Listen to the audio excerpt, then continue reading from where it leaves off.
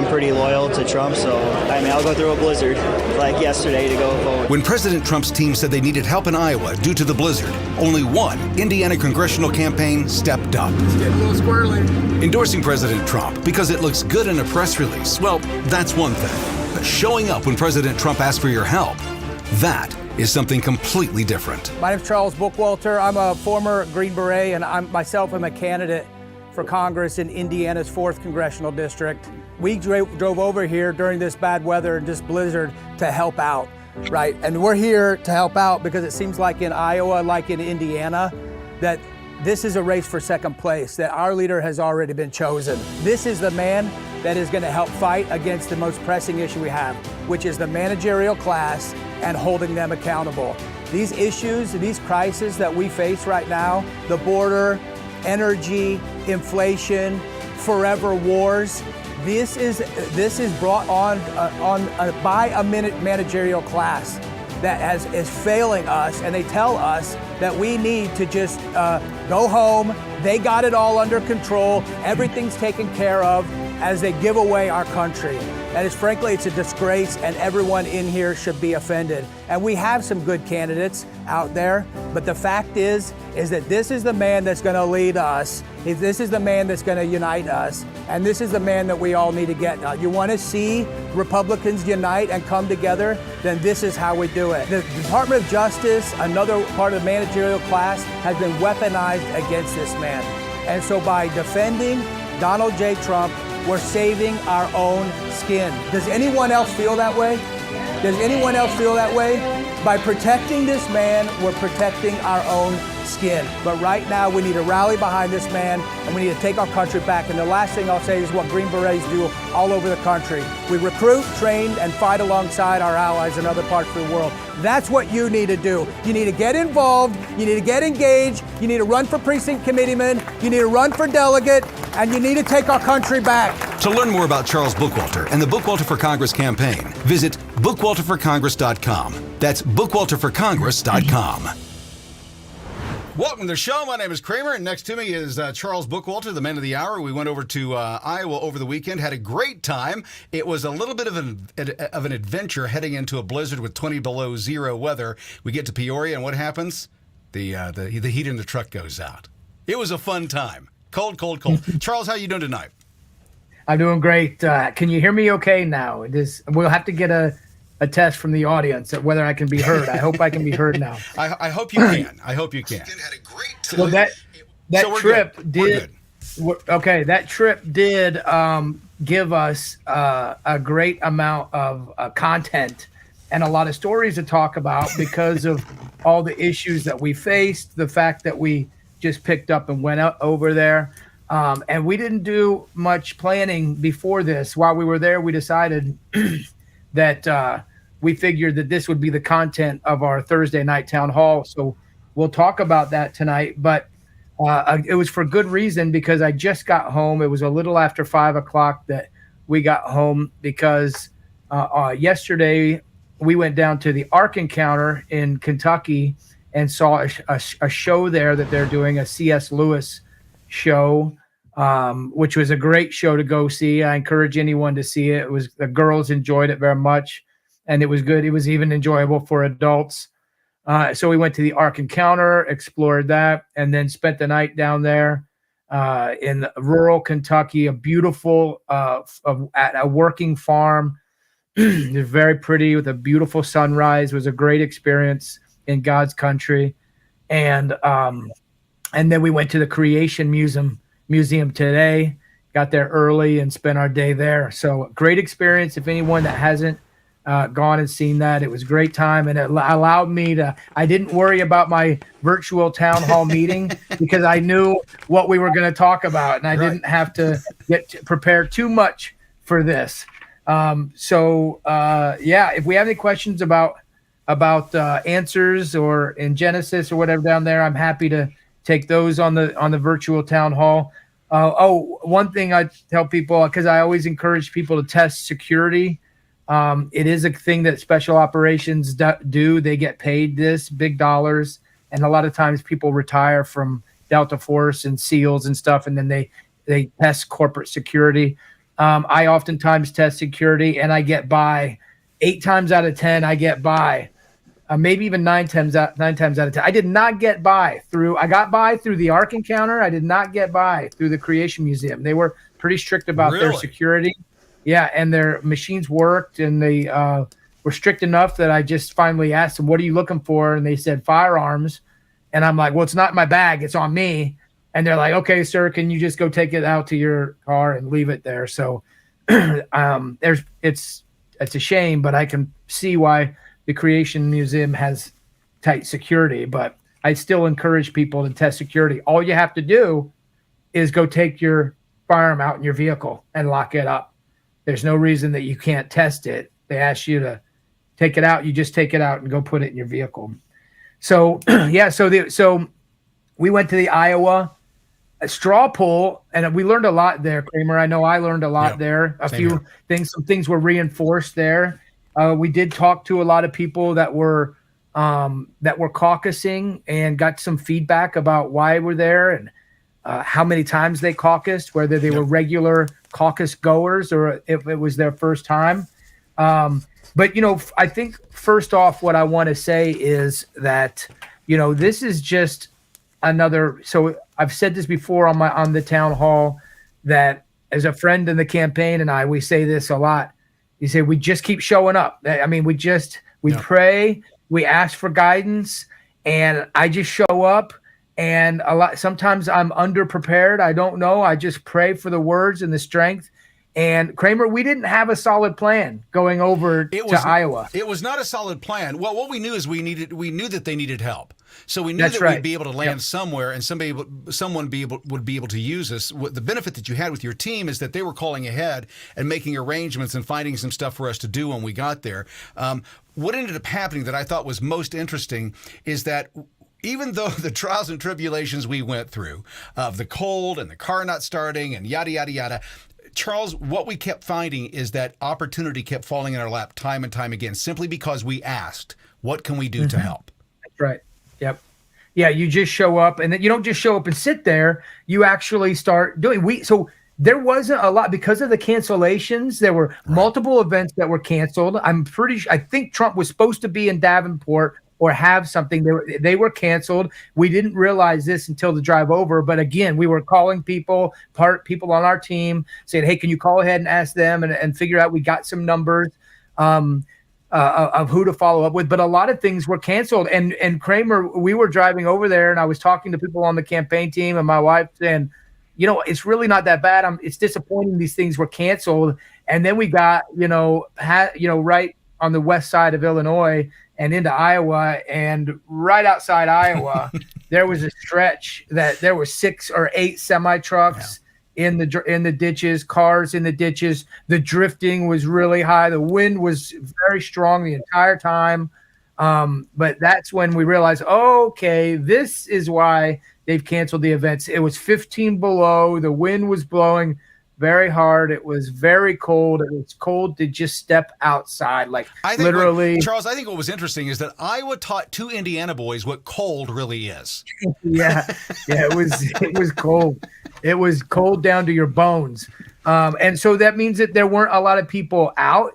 Even when we went to lunch a few times, we ran into very few people. But that didn't stop. You just keep looking for opportunities. And we looked for opportunities. We called people. So the next morning, the first thing we did was we went and joined David Pouch, who's running in Iowa's. I'm sorry, what? It's Potts, isn't it? Pouch. Is it Pouch? Okay, I was calling it Potts. He never corrected me. Like a kangaroo pouch. Okay. That's how he said it to me the first time I asked him. So David Pouch and we went to a gun show there, and there was enough people there that was worth the time. In Iowa, to run for Congress, you have to get 1,700 signatures. You have to get 45 from each county, and David is in 20 counties, and then you have to get a total of 1,700 total signatures. That's something that we don't do in Indiana. That I did not know that they did that in Iowa, but they did. So that's an extra step that David had to do. But we interviewed David. If you want to look at it and watch the interview, it's about a 10-minute interview. We just talked to David about why he's running and some of the things that he's hearing and some of the differences between himself and the incumbent he's challenging in the primary, another Republican in the primary. And you can go to the Facebook page and you can watch that interview. So that filled up our time during the day there. I think then we went and warmed up for a little while. Well, that was the issue. Yeah, Well, the issue is that in addition to everything that was going on, the truck had stopped working. It was so cold that the diesel truck needed to have its glow plug actually plugged in, and the trouble that we went through that. Like I said, there was a lot of trouble. What we kept doing, though, is going back time and time and time again and finding, okay, we can't do this. Can we Uber to this? Can we Uber to that? So that evening we go see Ramaswamy. His last stop as a presidential candidate in 2024. That's right. That's a good point. I didn't think about it like that, but that was Vivek's last rally because the next day he suspended his campaign. But no, you're absolutely right. It would have been so much easier to stay in our comfortable homes that day on Saturday and not drive over, just like it would have been very comfortable for us to stay at the hotel. It was so cold and not make it to that Vivek event, but we did. We packed everything up and jumped in an Uber and headed up there, and I'm glad we did. It was a great event. I've made it very clear. I think Vivek Ramaswamy's ideas, I mean, how can you not? If you look at my tweets or my Facebook page or listen to me at town halls, the things I say are the things that the Vivek Ramaswamy campaign is saying, which are the things that the Trump campaign is saying. So it's pretty obvious why Vivek didn't do as well in the Iowa straw poll because his votes went to Trump. And most people that had Vivek, that were there for Vivek, they had the Save Trump, Vote Vivek shirts on. So yeah, they were. And I talked to a couple that were at the Iowa straw poll that told me they voted for Vivek, but they were big Trump supporters. They just liked Vivek for whatever reason. The new blood, I think the new blood argument, that argument can go both ways. But so that was a great and fun experience. Here's what I think is interesting is that it allows them to say that they're pro-Trump agenda without saying they're pro-Trump. I think there's a lot of anti-Trumpers that want what Trump delivered. They just don't want Trump. Would you agree? Yeah. And it was what that woman that stumped for Nikki Haley said. They just are saying that it's a divisiveness and they want to just get, and here's the problem. And this is what this woman said for Nikki Haley. And it is a red flag for me, and bells and whistles go off when they say, we don't want to relive the past. Right. We don't want a divisive figure. And I'm like, whoa, no, that is not how this works. Accountability is absolutely what you have to have in a system like this. You absolutely have to have accountability. And most of the time, the only people that I've heard say that they want to just get past it and don't want to think about COVID anymore are Democrats or leftists. And so when that person stumping for Nikki Haley said that, she was full of what are they called? Dichotomies, I guess, like saying one thing but acting another way. And well, it was interesting. It was an interesting room overall, and it's when you're speaking, you don't get the opportunity to really gauge what the room is because you're talking. And you were up caucusing for Trump. We played that at the beginning. Great speech, by the way. But what I think is interesting is that I got to watch the room, and then I got to watch the video. And look at the faces of the people as they're watching this watching you give the speech. And Charles, half the room was not engaged in Republican ideology. When you said we're going to close the border, we're going to bring down inflation, we're going to do all of these things, Republican ideas, we're going to limit government, they were sitting there with their arms like this, not clapping. Yeah. While half of the room was clapping. Here's what I found interesting. The numbers were half and half. Nikki Haley won that room. 51 to 44, which, and by the way, no votes for DeSantis in a Republican room. So the votes there were 25 votes for DeSantis. Oh, there were? I didn't know that. I take that back then. Okay, half, I take that but back. Still half the votes for DeSantis, 25. Right. And Vivek got 8, and Chris Christie got 1. And by the way, people, we'll talk more about this caucus because I think it's interesting. But the reason I know that is because I was a speaker there, and the speakers get to sit at the table and count and verify and watch the count in an Iowa straw poll. There's a lot of little things that were interesting to be a part of in this process. But they invited me to watch the process of the counting because I spoke for Trump. But I want to talk about that too, Kramer. 2 points about that. One, speaking for Trump happened hours before the event. Again, we were looking for opportunities, so we talked to David Pouch about going to this place and stumping it and being able to talk, but it was not confirmed yet. And so we ended up calling a representative for the Trump team who wasn't sure there was a spot, and then but anyway, I worked my way up until I finally found the decision maker who was out of Des Moines. Right. And within 30 minutes called me back and said, yep, we need you at this precinct and there. So I went and got, my official Trump captain hat. And I mean, it's like it has to be a captain hat. Look how tall it is. Only captain hats sit this high on your head. It reminds me of my recently late uncle who just passed away not long ago, but Uncle Bob was a Marine, and he always wore his hat like a Marine. This has to be level to the floor, and he always wore it real high like that. So it's a nice high Trump caucus captain hat. Now, I want to add in that there were 2 of those hats. We were given 2 of those hats, and I didn't get one. Charles took both of them. And I said, I'll go ahead and take it. You spoke. I didn't speak. You've got the memory. I was just the camera guy. Go ahead and take it. I agree 100%. Charles, let's talk about the thing. You started to hit on it.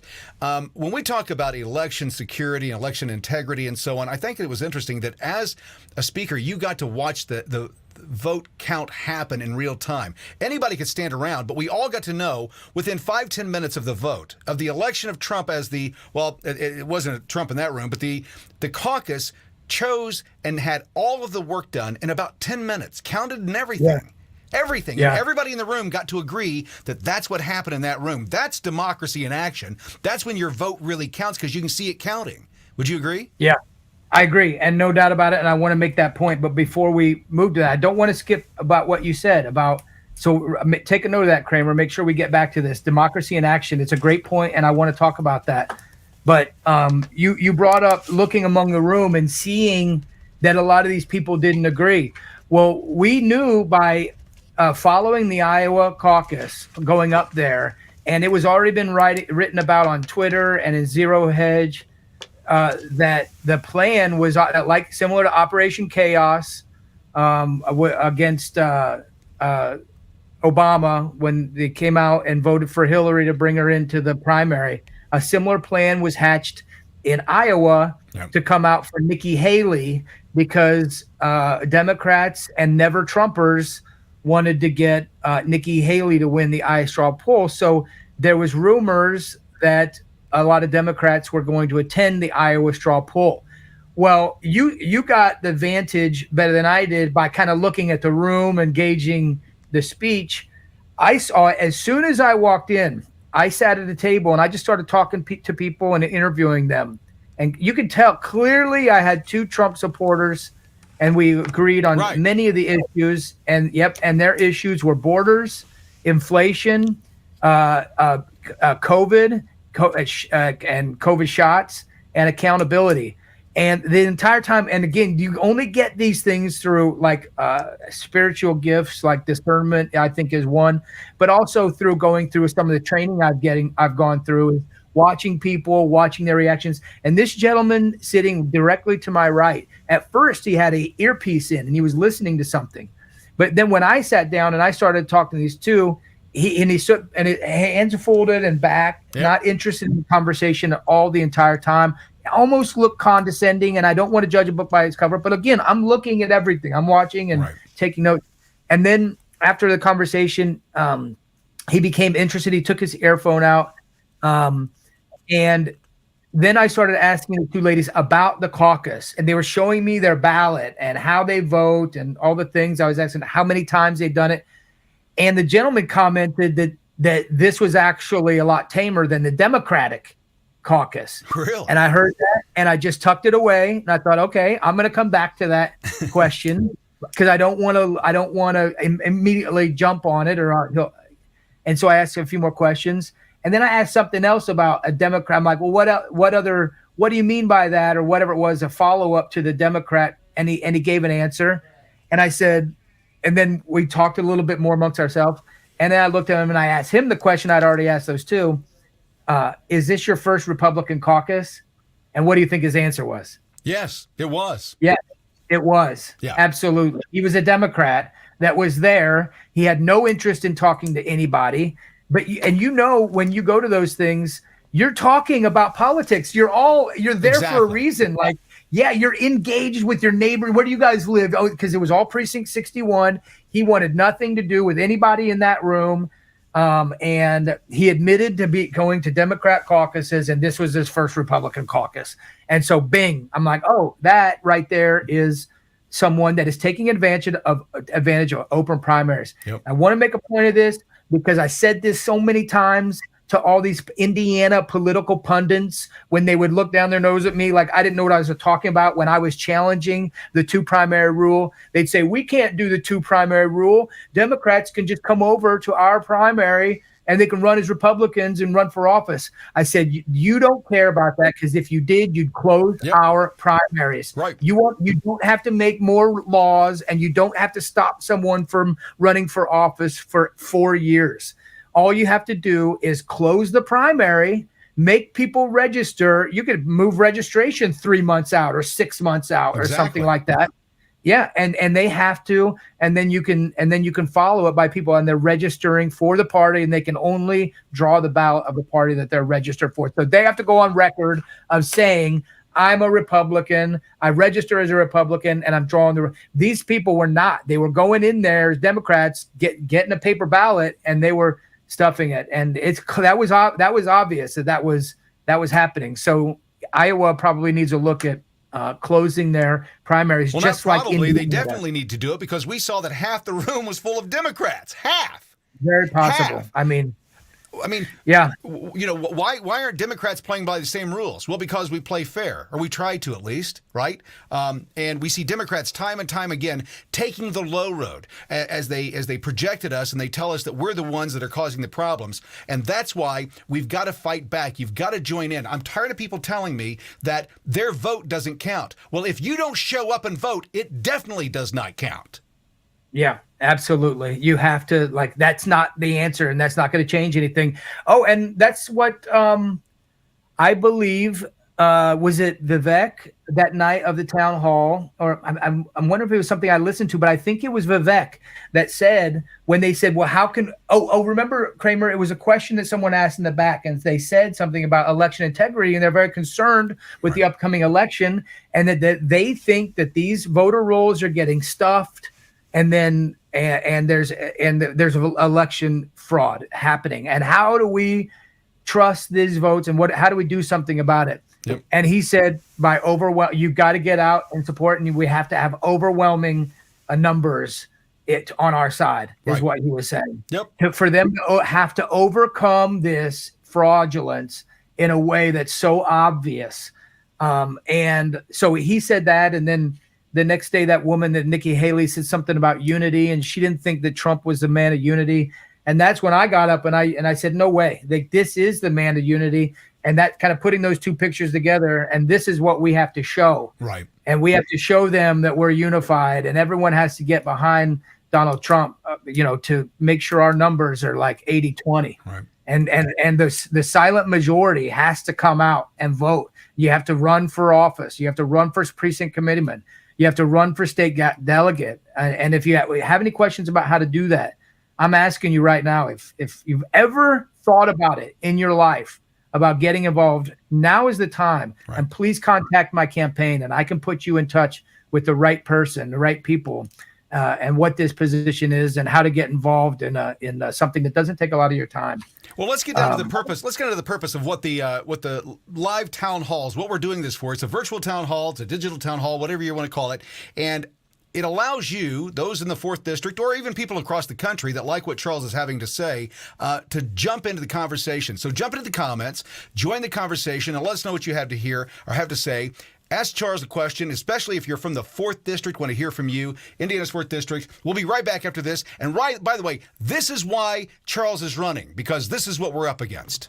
You get out and you create a crowd. Get up in the face of some Congress people.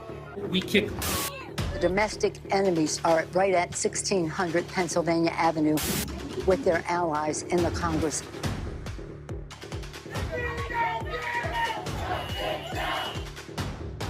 I think Democrats are ignoring this problem. The NYPD is reporting 28 shootings from just over the weekend. That's a 600% increase. We're seeing the same thing here in Los Angeles. Our homicides have been up 32%. I applaud Eric Garcetti for doing what he's done. We've got 4 blocks in Seattle that you just saw pictures of that is more like a block party. We had 2 murders, multiple shootings, rape, robbery, assault. We need to completely dismantle the Minneapolis Police Department. We need a revolution in order to overthrow this system, bring a whole new communist world into being. Fundamentally transform the country. We ain't about to wait until the next election. We about to go get that motherfucker.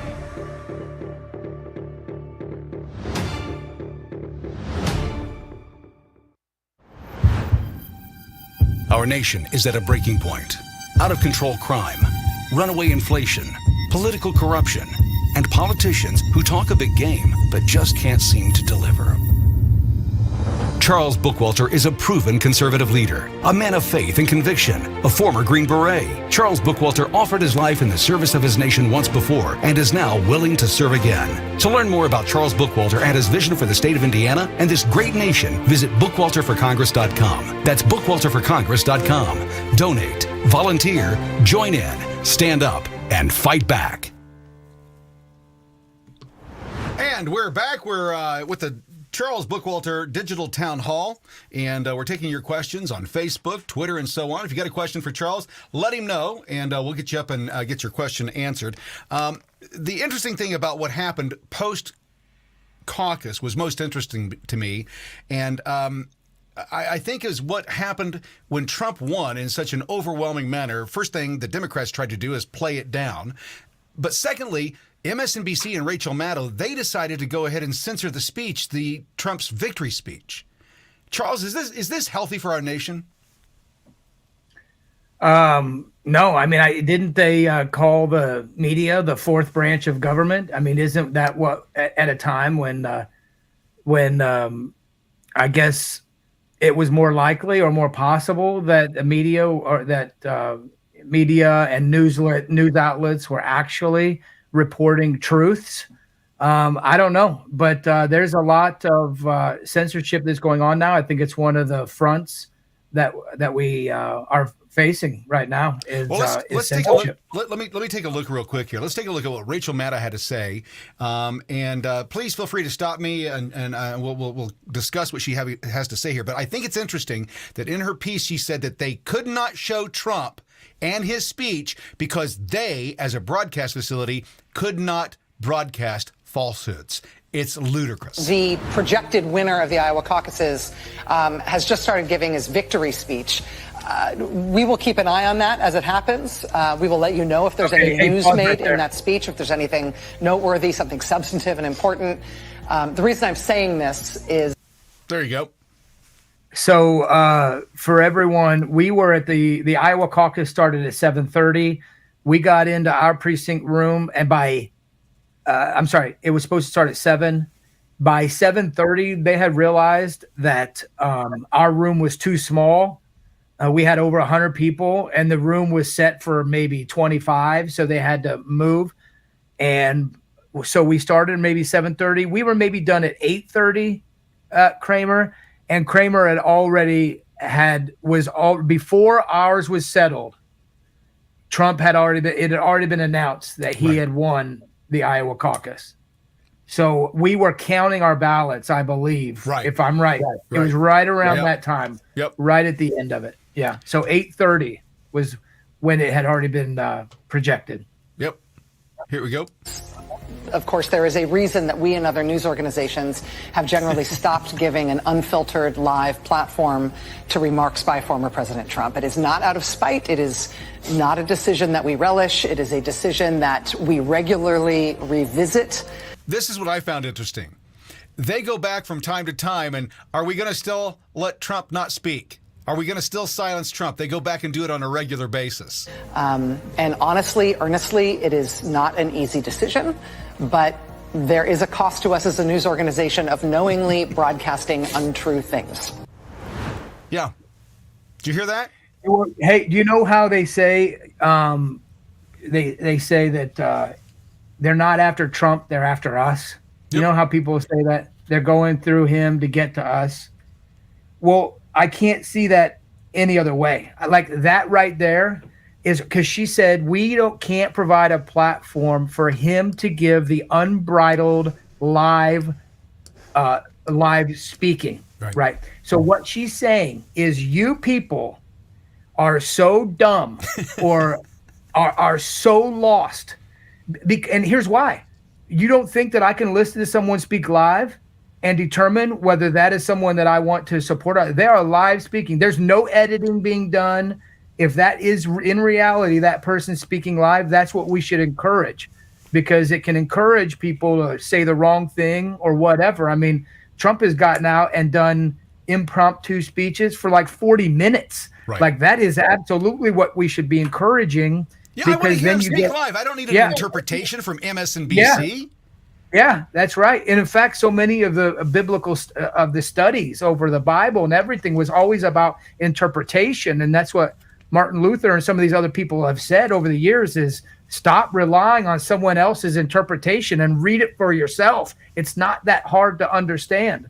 That is like her saying, it's you that we're after, because when you all hear what this man is saying live, you're going to agree with it and you're going to follow it. Right. And we can't allow that to propagate. So we're going to we can't allow you to make up your mind on your own. We're going to make up your mind for you, and we'll tell you what you should hear. And what we hear is they take clips like they did the day that he came down the escalator. We know how they do this, right? He came down the escalator. We heard what he said about Mexicans, and what did they tell us? Just the opposite. They lied to us going into an election. That is election interference. They pick a piece that they want to play over and over and over again. And how many Democrats have you heard, Charles, tell you that Trump said that Mexicans are rapists and thieves and they shouldn't be here? That's not what he said. But that's what's ingrained in their brain because of that played over and over and over and over again. Yeah. And not just as many Democrats had said it, but that's just one example. That's just one example of something that was said that they misinterpret and they blast out as misinformation, yet they're telling us that we're the propagators or purveyors of false narratives and misinterpretation. It's projecting. It's something that I've always said that Democrats do better than anybody is they project their terrible ideas out because they're thinking it and they know they're capable of it. They blame everyone else for thinking that way. These are examples of it. Let's talk about misinformation and disinformation. And we've got a whole series that we're doing tonight. So don't go anywhere because it's a great show. We're going to get into the WEF and how their tentacles are getting into the heartland of Indiana and the plans that they're doing. But what Rachel Maddow did is a perfect example of what the WEF wants control of. For you, they want to silence you from being able to say anything, but they want to be able to tell you anything that they want. We're going to get to that in a minute. In the meantime, Charles, there's been a lot of confusion about what's actually going on in the Red Sea. We've got a question here from Sean Christie Vaughn, and the question is, what do you think of the situation with the Houthis will bring for America? I think the situation with the Houthis is that they are backed by Iran, and that's a dangerous situation for America as we fight these proxy wars in other parts of the country. So I know it's very nuanced. I know that we have to keep trade open, that we can't allow attacks to occur on merchant vehicles and commercial transportation.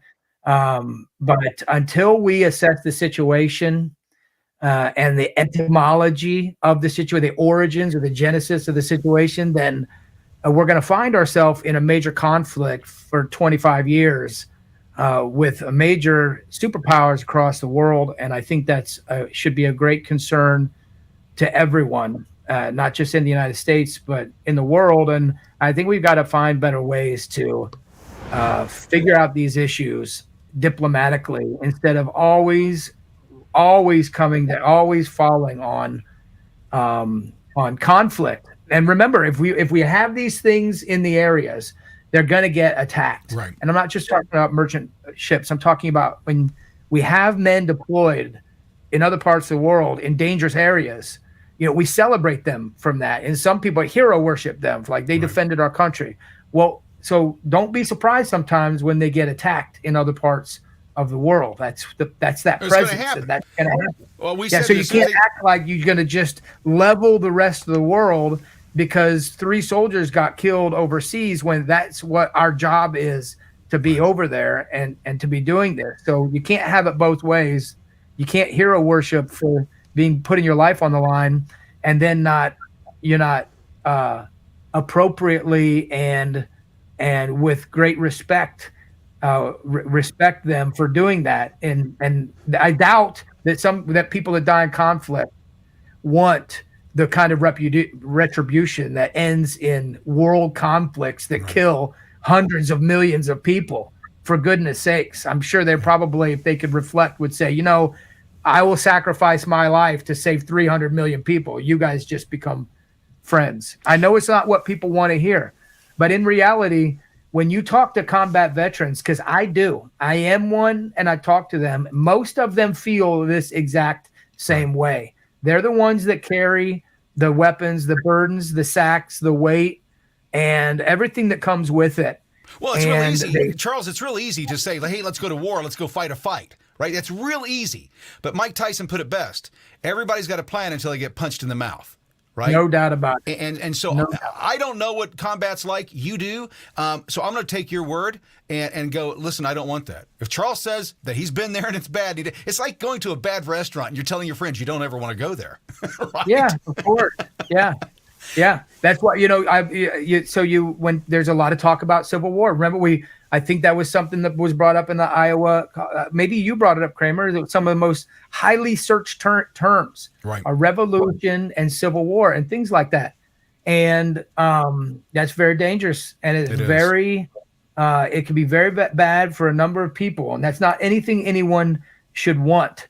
And that's why war is so brutal. And that's why I am a strong advocate, like our founding fathers, of a strong defense.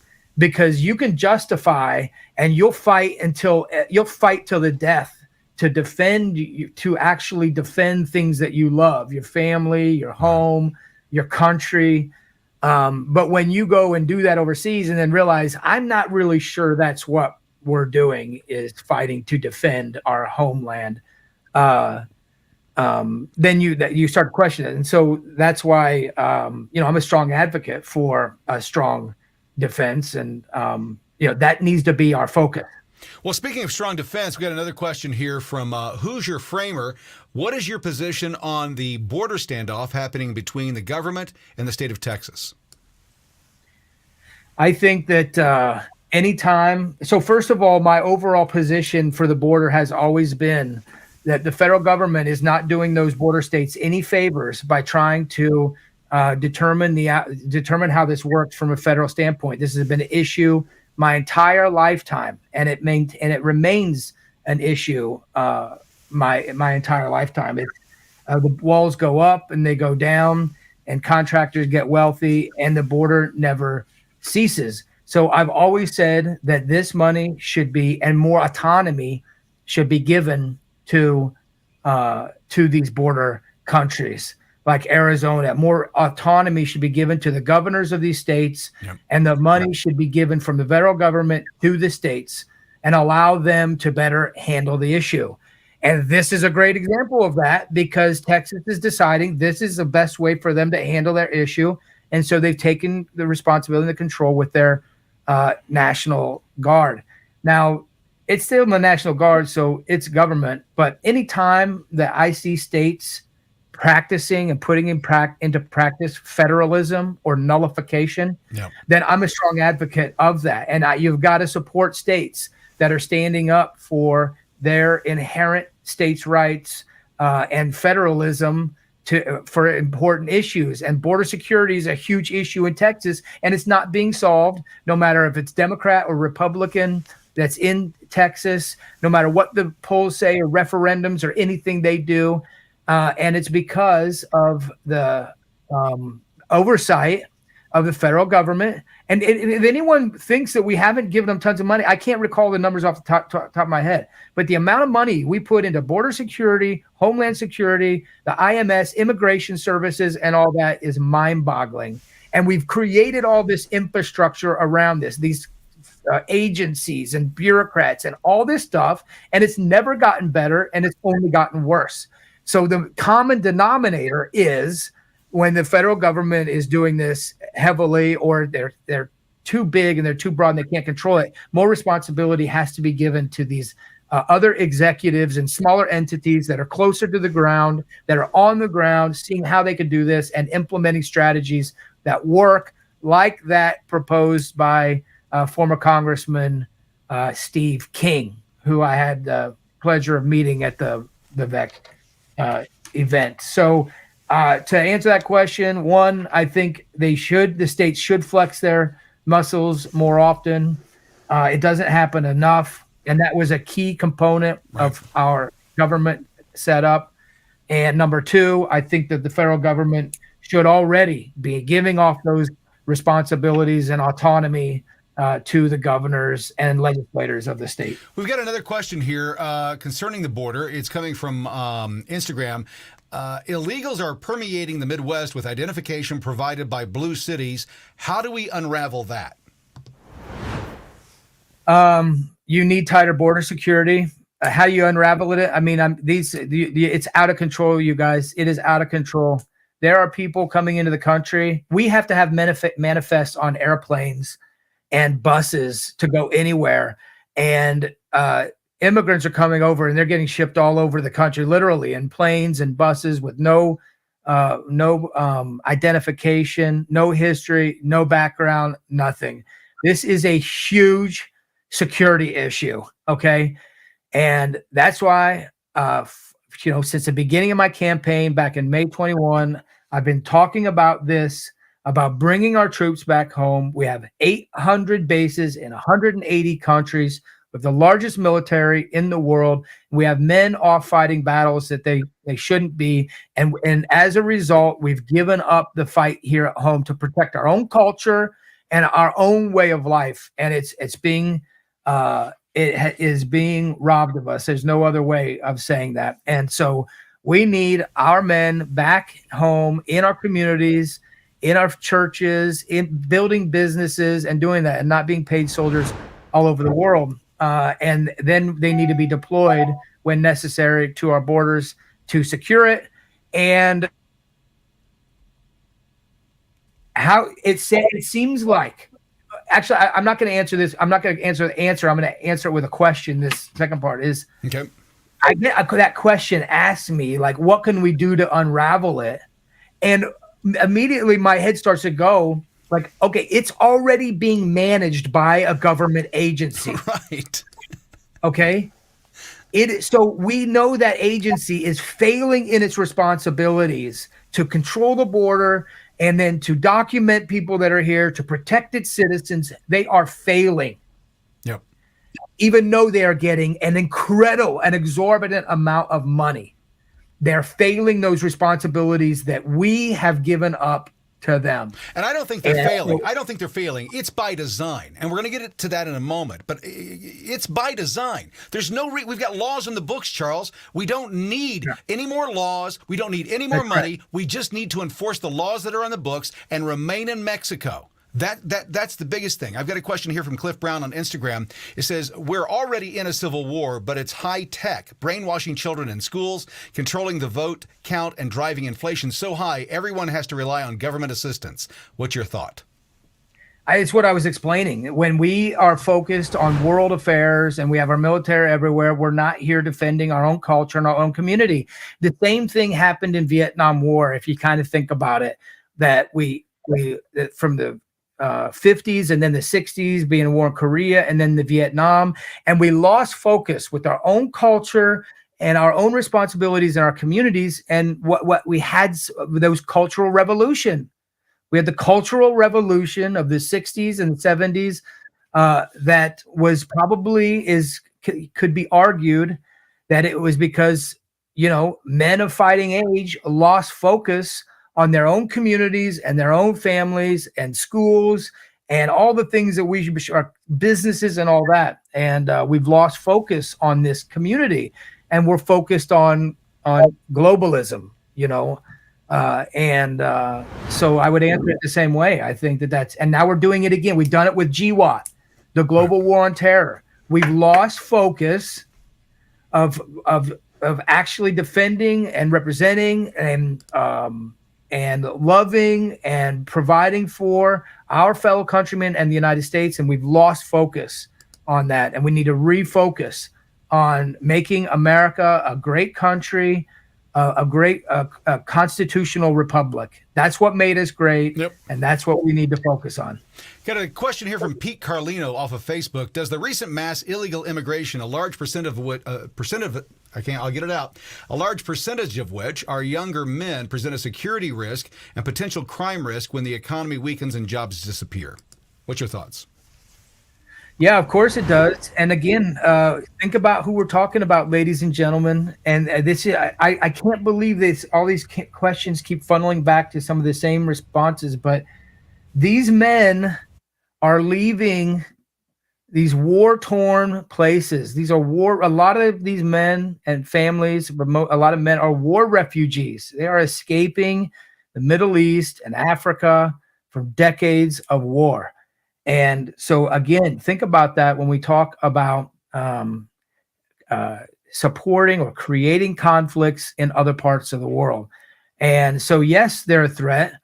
They can be potentially, but there's a lot of good people that come to the United States, and we're supposed to have an agency that kind of determines that through looking through a background and doing some investigation and figuring out, isn't that why the process takes so long for people to come over? Is this thorough investigation? Well, that's not happening, and you have a lot of war refugees. I don't know what the percentage of them is, but if you look at they first started fleeing to the Nordic countries and the Netherlands and all over those areas, and a lot has changed in those areas. There's a lot higher crime that's occurring in those, because if you're in a war torn area, then you're probably going to be more prone to violence and have seen things in your life that lead you to do certain things. So war is brutal, and war is a racket, and it damages young men. And this is just another example of a lot of what could potentially be damaged young men that are escaping war in their areas and fleeing to safer areas. And we're not here. And the United States potentially is causing a lot of, not potentially, let's beat around the bush. Exactly. It is happening. It's happening. And then they leave and they come here, and then don't be surprised when they hate you. Right. For goodness sakes. Well, one of the things we were talking about earlier was the incident the other night of Rachel Maddow and MSNBC not playing Donald Trump's acceptance speech. And it's funny to me that they keep saying that Donald Trump is going to be a dictator. He's going to be a dictator. He's going to be a dictator. And what they keep doing is projecting, because I've lost several accounts on social media. I can't say certain things on social media. I'm not the only one. Dictators don't get kicked off social media. Dictators' content doesn't get censored. It's the dictator that does the censoring. So the situation that we're in right now, it's completely understandable. It's new to Americans, but this is an agenda that is being pushed down from the top down. I think it's important. I wanted to read this, and I didn't talk to you about this earlier before we went live, but I think it's important for us to know who our leaders are talking to, Charles. Our leaders, our elected leaders, are going off to Davos and to Europe, and they're talking with world leaders or people that have pronounced themselves as world leaders, unelected. They're making decisions about our life on a daily basis, and our elected officials, right here in Indiana, in fact, are going to those events, taking part of those events and then coming back, and they're instituting WEF initiatives in the state of Indiana and across the country. It's important to understand who's there. So, for example, when we're looking at what's going on in the video that we're going to play next, everyone that goes there, folks, all these names agree with the WEF agenda and what they're getting ready to do next, and it's wholly unconstitutional. So listen to this. This is from 2023. Director of National Intelligence, Avril Haines, WEF attendee. United States Trade Representative Ambassador Catherine Tai. Director of Federal Bureau of Investigation, Christopher Wray. Weird. United States Agency for International Development Administration, Samantha Power. Special Presidential Envoy for Climate, John Kerry. Senator Chris Coons. Senator Maria Cantwell. Senator Joe Manchin. Representative Brendan Boyle. Representative Joaquin Castro. Representative Madeline Dean. Representative Daryl Issa. That's one of ours. Representative Gregory Meeks, Representative Seth Moulton, Representative Maria Salazar, Representative, I think it's Mikey Sherrill or something like that. That was in 2023. In addition to that, for those listening in the state of Indiana, that was the year that Eric Holcomb and our state agenda went. So there's a whole WEF agenda set up in the state of Indiana that Eric Holcomb, our current governor, and a lot of the people that we have in the state here, that they support. This last It's year, literally called the IEF, the Indiana Economic Forum. He held a forum here shortly after returning from Davos a couple years ago. I don't remember if it's a yearly forum that they do. So the reason we're telling you who these people are, it's important that you understand who's going to these events, listening to what they're saying, and then bringing that back home to your home state. And then they're instituting these policies through state policy. And you didn't vote for them. You didn't elect these people in Europe, but that's what's happening right now. Davos is happening right now. And one of the people that is there right now is Penny Pritzker. That name sound familiar? If you're in Illinois, your governor's wife is there. She's there advocating for what we're about to play next, and this is important.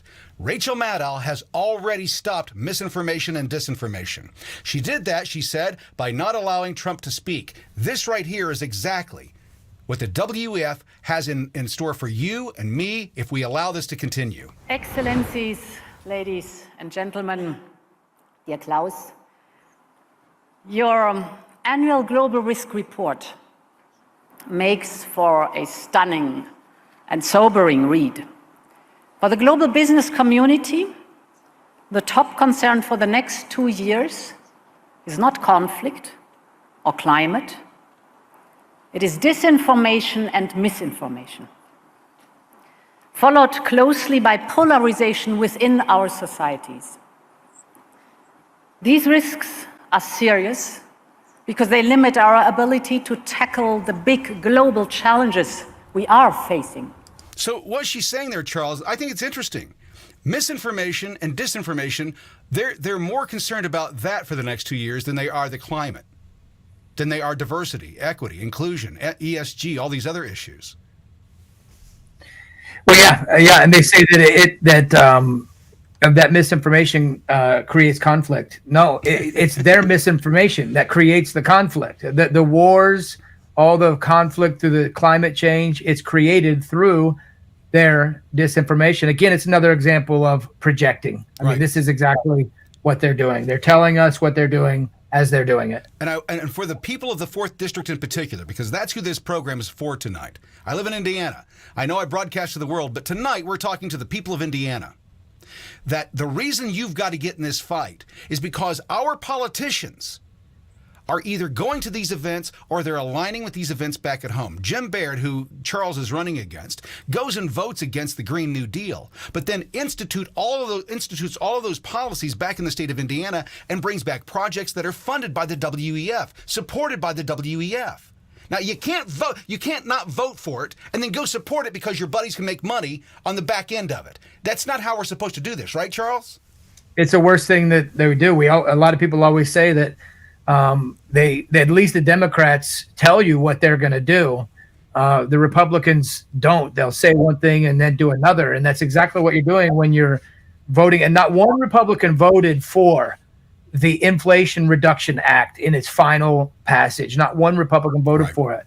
But this is also an issue in Iowa, and it's an issue in Nebraska, and it's an issue all over the United States, is the implementation of the WHO and the COP28 now, and the WEF's ideas about carbon sequestration and Green New Deal. So they've literally implemented the program under Republican leadership without one Republican vote. Sick. And it's clear as day. It's a big issue in Iowa. And in Iowa, they're talking about taking the land in eminent domain and doing carbon sequestration projects. And then at least people say, well, at least in Indiana, the farmers are getting compensated, but that's our money that they're compensating with. And it's through all these subsidies and behind this whole program where all this money is coming to the states. So it's obvious that that's the way it's working. So if you're a Republican that is against the Inflation Reduction Act, then you can't go feed at that trough of money and implement these policies. It's not okay. The worst thing about it for conservatives is it's not about the money as much as it is about this issue that you're selling out on this super important issue, which is, what we see is a scam, and implementing these policies that are horrible just to get access to the money. Well, that's all it is. It's all about money and power. I don't care what they say. There's nothing that they can tell me that is going to convince me that it's about the environment. Do you know why? Because they're saying, hey, we can put that on hold for 2 years to keep these people quiet. That's right. That is exactly right. If this was as much as if they said, and that, by the way, I think Biden said last year that this is the greatest threat to humanity is the climate. If that's the case, then you would stop wars immediately, and start focusing on whatever it is we have to do to change this imminent threat of all of us dying. What's the carbon footprint of a war in Ukraine? What's the carbon footprint of a war in Israel? What's the carbon footprint of a war in the U.S.? What's the It makes no sense, the carbon folks. Footprint of the of Davos this week with all those planes flying out there. So, it's a complete scam. Again, so the reason what we're talking about tonight is that what they're doing, and most people don't realize it, is that these plans that are being made in Davos are coming back home. How do we know? Because Rachel Maddow censored Trump. And what that was, this message from Davos is, please start silencing people because we don't like what they're saying. Right now, they're using two different words. There's a third one that has come into political speak in the last 3 to 4 months. Misinformation is if you tell something to somebody and you're mistaken. It was wrong information. You had the wrong date, the wrong time, whatever. You didn't mean to, but that's misinformation. Disinformation is where you lie. You're doing it intentionally. Malinformation is the new word. And malinformation, for anybody who's been kicked off of social media, knows exactly what I'm talking about. Malinformation is information that is true, but it hurts the state. It hurts their cause. Charles, your thoughts on that? I think that's the unfortunate thing is that everything that they're trying to censor are the things that, look, when you say you've been kicked off all these platforms, I don't know what that's like because I've never been on these platforms talking that much openly, but I'm not letting it stop what I'm talking, the positions that I have. So it sounds to me like I might talk about things on these town halls that Facebook or YouTube or something might hit that and say, well, you've been warned, you can't show this content on YouTube anymore. So these are the things that they're trying to censor, calling us disinformationists. Not everyone's right about everything. So you could be accused of misinformation, but malinformation would be the worst. And this reminds me of something, and this is diametrically opposed to what they want. They're attacking it from both angles because they want to shut Trump up. Well, I just said when he goes on live, that should be a good thing because then we can hear what he has to say. Well, if you remember at the Vivek rally, he said he reminded everyone that he does a weekly podcast. Yep. And then he said that he intends to continue to do the weekly podcast as president because that's to stay in touch. And he brought up the fireside chats of the Roosevelt administration. And I've been saying the same thing when we talk about these town hall meetings. I've said that this is something that there's no reason that we couldn't continue doing this in Congress once a week, I have a 2-hour town hall meeting and for anyone that wants to jump on, but particularly people in the 4th Congressional District to talk and ask questions and get it live. And this is the kinds of things that they want to actually squelch and curtail. They don't want your participation. They don't want you actively engaged and involved. And let me tell you another reason. And I'm sorry, I want to jump back to the Iowa caucus. I want to jump back to the Iowa caucus. We had, everyone just had a little slip of paper and they wrote the name of the candidate on that slip of paper and they handed them in. To get into the room, you had to have an ID and you had to show your address that you lived in that precinct in Scott County in Davenport, Iowa. And so there were a little over 100 people, whatever that number is. Yeah, that's well over 100, 51 and 44 and 25 and 8 and 1. So you had to check it off and they had to verify that you're that person living in that precinct to go into that room. And then you would go in there and you got one slip of paper that was your ballot. And all the papers looked very much the same. They were different colors though. And everyone just wrote down their name on the ballot. And then they encouraged people to watch the counting. So any of the speakers, I don't know if I mentioned this already, but any of the speakers did I mention this already, Kramer? They could count. Mm-hmm. Okay. They could count it. So I stood there and watched it. And while 5 other people were there counting, and then there were more volunteers that were hanging at the table watching each person count all of these ballots. It took 10 minutes. I know it's only one name, but there was a lot of engagement because people are engaged. Remember how many people we asked there that, is this your first caucus? And they said, yes, it's our first caucus, because people realize that we've been asleep at the wheel too long. We've been on vacation too long, and now the owners have to start showing up for work again. And so people are doing more and getting more and more engaged. And so they lie to us when they're telling us that we don't need to get involved or that we don't need to state our opinion. They're lying to us. People want to get engaged. That's what I saw. That's what you saw.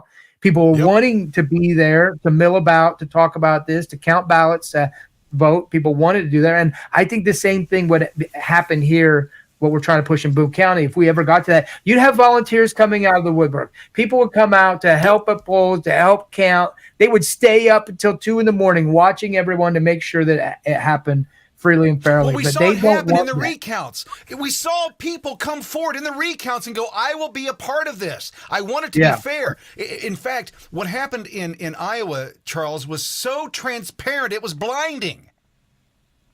Yeah. Right? You mean what we saw? Yeah. It was so transparent. It was blinding. I went, what? It's over? And they go, yep. You came out and you go, this is what they got. This is the count. And we saw it all happen. And I trust it because I watched it happen with my own eyes.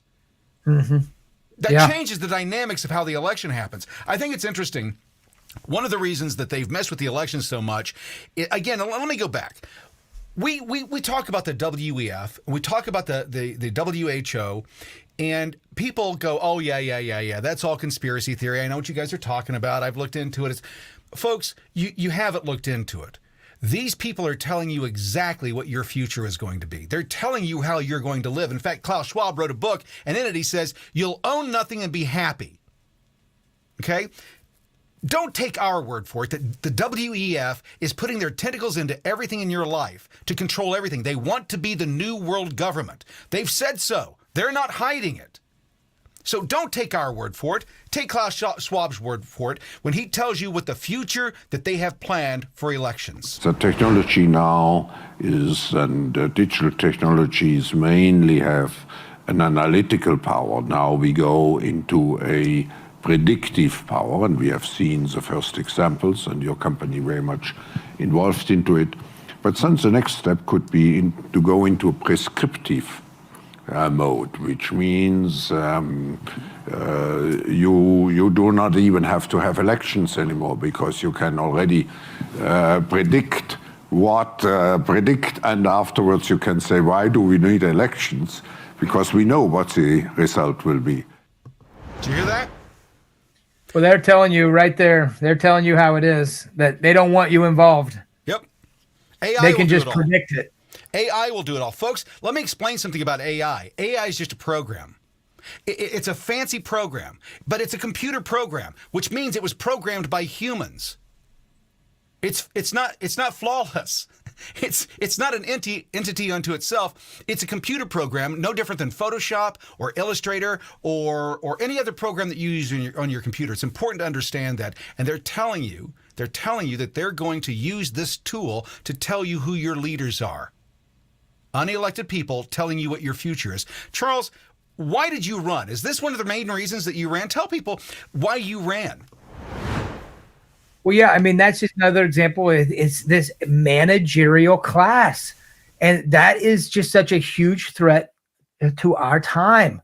And it continues to foster the idea that average Americans shouldn't be engaged in politics and the running of our government because we don't have a degree from Harvard. And it's them who are continuing to destroy America from within. And that's why accountability is so important in our form of government.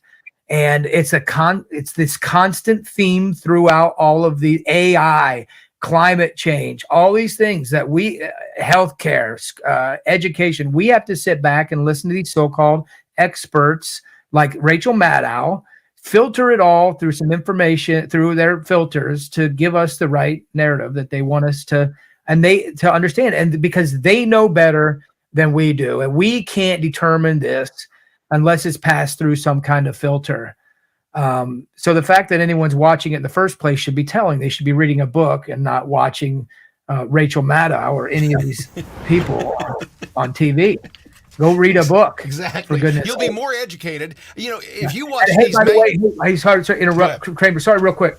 Sorry. I before I forget this thought, there was you brought up Klaus Schwab, and a lot of people may not know that name. And you said that this is real. That this is a real organization. They got a lot of money. They got a lot of people behind them. A guy did a podcast. His name's Robert Murphy. He's an economist, and he did I think 3 or 4. If you go look up the Robert Murphy podcast, you can go back and look. It was maybe a year and a half ago. He did a series of them. He read the book, and he studied. This guy's very smart. He's an economist, well-trained economist. He's also an energy economist, by the way. He worked as a consultant to energy companies throughout his tenure, and he talks a lot about Klaus Schwab. So and his family, a lot of the background. So if you're curious about that, I'll encourage you to do that. Sorry to interrupt, Kramer. Well, I think it's important to understand who the players are here. And for those who haven't educated themselves as to what the WEF is and what their plan is, it's important to listen to them over and over and over again. They keep telling you exactly what they're going to do. I've said time and time again, they have a plan. They've written a book about it. They've told you exactly what they're going to do. When rich people tell me that they want me dead, I believe them. I take them at their word. When they say that there's too many of us and they start putting forth plans that looks like they're trying to limit us, I know it sounds conspiratorial. I know it sounds crazy, but I'm listening to them, Charles. That's what they're telling us. They're saying it. They're not hiding it. They've said it time and time again. Yeah, and they've been saying it for a long time. I mean, eugenics programs were rampant in the United States. I mean, the United States has many examples of progressive liberals trying to implement eugenics programs, and they say it exactly what they're doing. They say it is to create a race that they want to create based on these specific genetics. I mean, these people, it's been going on for 150 years. If you don't know that, then you need to just look it up. We've heard the term before. We heard it from that little dude over in Germany back in the 1940s. They wanted to create the super race. They have not stopped trying. They're still doing the exact same thing. The exact same group of people with the same ideology. They've ganged up together, and they've got this globalist agenda to take over the planet. I know it sounds crazy, but they're saying it. They're telling you what it is. Yuval Harari, who's one of Klaus Schwab's right-hand man, is very clear. And we all know this. They don't want Trump to be president again because he's the biggest threat to the global agenda. They say it over and over and over again. And more particularly, Yuval Harari, who is Klaus Schwab's right-hand man, he's one of his #1 advisors, this is what he had to say when asked this question. Are you concerned that Trump might be elected again shortly? I think it's very likely. And if it happens, it is likely to be the kind of like the death blow to what remains of the global order. And he says it openly. Now, again, it should be clear that many of these politicians, they present a false dichotomy, a false binary vision of the world, as if you have to choose between patriotism and globalism. So we have to make a choice. They're telling us there's a choice now between like we have to make a choice. Well, they think they have to make a choice between this. No, I choose being a patriot of the United States of America, Charles. How about you? I do. He's projecting. He's projecting again. And listen how he just throws it off what the plan is. Listen what he says here at the end. Between being loyal to your nation and being loyal to some kind of, I don't know, global government or whatever. Or whatever we have planned for you. They're telling you what they're going to do, people. When we tell you this is what they're doing, they can't do it all at one time. It takes 30, 40, 50 years for some of these plans to happen.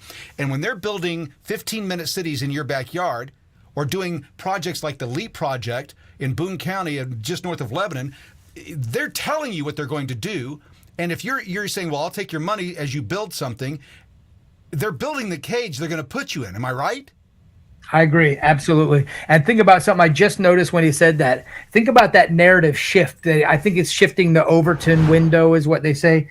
When he said that they shift the decision making from being patriotic or whatever to your nation to that of globally. But in reality, the shift is further over than that. It's really a dedication to your family and your church and your community. Before your nation even, but he shifted that over until really what he's pointing out is we really have lost focus of the smaller entity. I don't think God ever wanted us to be a central entity. It was always spread out and decentralized, and it's very dangerous. It's very dangerous coming from a man. But the only way I can sum up that dude, Harari, is that he's so man-focused. He thinks that mankind is the center of everything and the answer to everything, that if just with enough time, man will figure it out. And I think he's way off and wrong. That's why I can't trust anything. I think he's way off about AI and the development between humans and technology. I don't think it's going to happen. Yeah, because if you listen, sorry, if you listen to what he says, sorry to interrupt, but if you listen to what he says, some of his other pieces, that he wants to integrate men with computers, and that the men's soul would be able to be captured in digital AI and be able to be harnessed. The power, the way he talks is insane. No different than Klaus Schwab. And these are the people that our elected officials are listening to. Yeah, I mean, I shouldn't say he doesn't believe in God, because he does. It's just God is him. Right. Well, that's what he says. He says, we are God. We are God. That's right. And I'm pretty sure that he thinks it's him specifically, but most likely. Well, Charles, one of the things that's interesting, and I think about your run, is that you, like me, up until 2020, we had great jobs. We were running, great businesses, and then a group of people came along and said, "No, you're not going to do that. You can't do what you've always been able to do. You can't do that. You can't speak truth to power. You can't speak truth to anybody if it hurts us or it harms us." And so they started censoring us. They shut down our businesses. They told us to wear masks. You got to take this. You got to do that to be free. That's why I got involved, because I said I'm not going to live as a slave. Tell your story as to why you got involved, and that's how we'll close out tonight. Well, I'm not. A lot of people have heard my story. All I'm going to say is, well, let me come back. This is a new audience. You've got 130,000 people you're listening I will. to. But what you're describing, I want to bring up a point, is that who you're describing. I'm humble in what I'm saying. This is what Eric Weinstein was talking about when he was talking about the Dream Team. The Dream Team is not just Dr. Malone, and it's not just all the. They're slipping my mind some of the doctors that came out, and some of the other scientists and people who, from the very beginning, have disagreed with the narrative. That's who Weinstein said, you took all these people, you took away their opinion, you took away their jobs, and they're together now speaking truth, and it's the Dream Team. Well, the Dream Team includes Tim Kramer, and the Dream Team includes Charles Bookwalter, and it includes a few of these other people that we meet that gave up their lives, gave up their livelihoods, and have decided to fight back, if you will. which is exactly what I did. My professional career was after getting out of the Army. I was a medic in the Special Forces, and I knew that job would allow me to get back into sales that I did before I went in the Army. And I got into medical device sales, working for Intuitive Surgical, who's a manufacturer of the Da Vinci robot. It was an awesome job, very rewarding, working in the OR every day, working with surgeons on how to use the Da Vinci robot and talk about the benefits of surgery and being in surgery all the time. It was a real fun experience, very rewarding. But when my life was turned upside down, like many of you, many people out there have the same stories, that you had to find something else to do. You had to find another job because you didn't want to get jabbed, or you had to go put all your effort into your small business because of the overreaction, and it completely turned your life upside down. And, it made us realize something that we forgot as Americans, and that we are never supposed to place our trust in these institutions in the first place. The reason they were set up to be very limited in scope and for us to be highly involved in this process is because they can't be trusted. That's a fact. And we forgot that as Americans because we came so far off of that original philosophy, that original idea. We made it so far, but we've turned on those ways and we've turned on those ideas, and we've got to get back to it. So I humbly like to include myself in part of that team that's across America. There's a lot of candidates running for Congress. There's business owners. There's everybody that's not going to take it anymore, that we're pushing back. And we're not just going to forget about it and say, we're never going to let that happen again. Right. No, we are going to hold you accountable.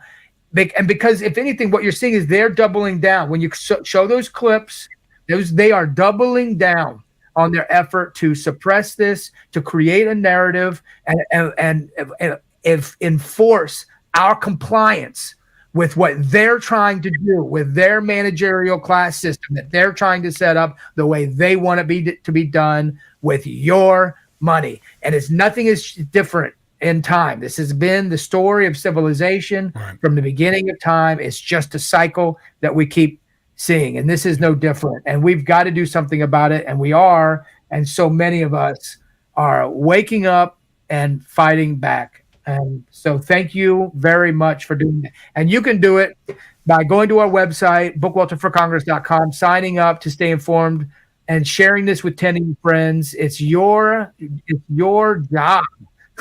If you're not going to engage in any other way, is to share this information, tell 10 of your friends, so that you can support this movement that's going on. We need time, talent, and treasure. And so if you're interested in helping the campaign, support us financially or through any ideas or anything that you could potentially help out the campaign with, please contact us. We're looking for positions and volunteers. Well, and Charles, I'm going to jump in real quick because we're on a national audience, right? This is not just going to the 4th District of Indiana. We're not broadcasting on a radio station. This is to the entire planet. And this is what I'll say. This is my call. For those followers of mine that are watching my content and the channels that we're streaming on tonight, this is the kind of warrior you've been looking for. Stand up. Support them. It's time that you start putting your money where your mouth is. People keep saying nothing's ever going to happen. We drove into a blizzard to go caucus for Trump because somebody said we need help in Iowa. That's standing up. That's not me patting myself on the back. That's what it takes to get the job done. And if you can't be there and you can't do it, we understand that. We've got that. But we need the support. So if you like what Charles is saying and you're looking for somebody who's going to stand up, by the way, I'm in his ear all day long. So for those of you who know my content, this is a fighter. This is what we've been looking for. These are the men and women we've got to support. We cannot go and support the incumbents. They've already proven time and time again they can't be trusted with the power that we've given them. They will utilize it against us. They will rob us of our tax dollars. They will call us the criminals if we say we don't want to be taught this, we don't want to be taught that to our children. It's time that we stop it, and the way that you do it is you term limit these incumbents by voting them out and by supporting the grassroots. That's where you put your money. The DNC and the RNC, they got enough money. They don't need your money. Send it to the incumbents, or send it to the grassroots, and let's get these incumbents out. Let's get some fresh blood in there. Charles, do you have anything else to wrap up with?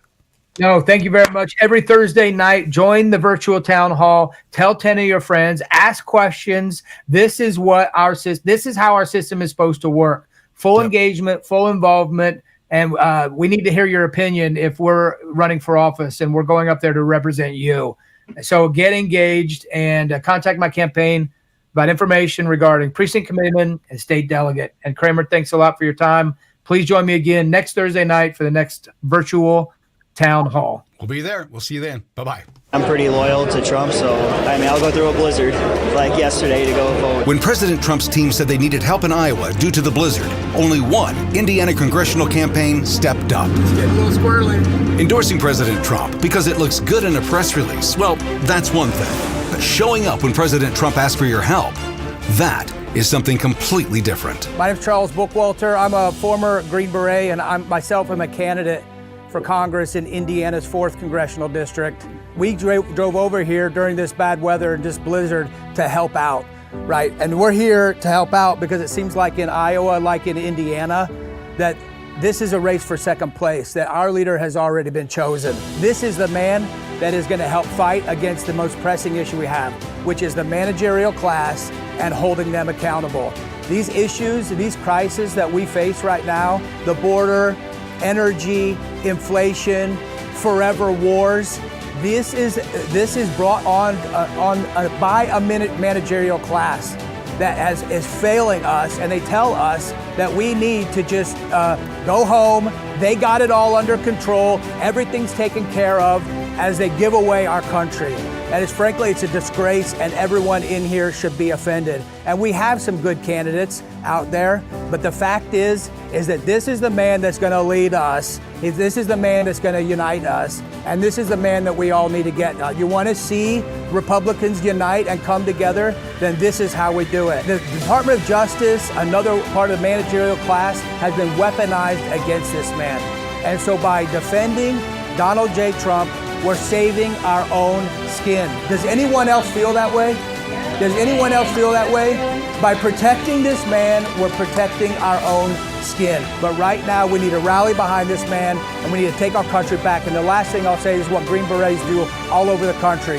We recruit, train, and fight alongside our allies in other parts of the world. That's what you need to do. You need to get involved. You need to get engaged. You need to run for precinct committeeman. You need to run for delegate. And you need to take our country back. To learn more about Charles Bookwalter and the Bookwalter for Congress campaign, visit bookwalterforcongress.com. That's bookwalterforcongress.com.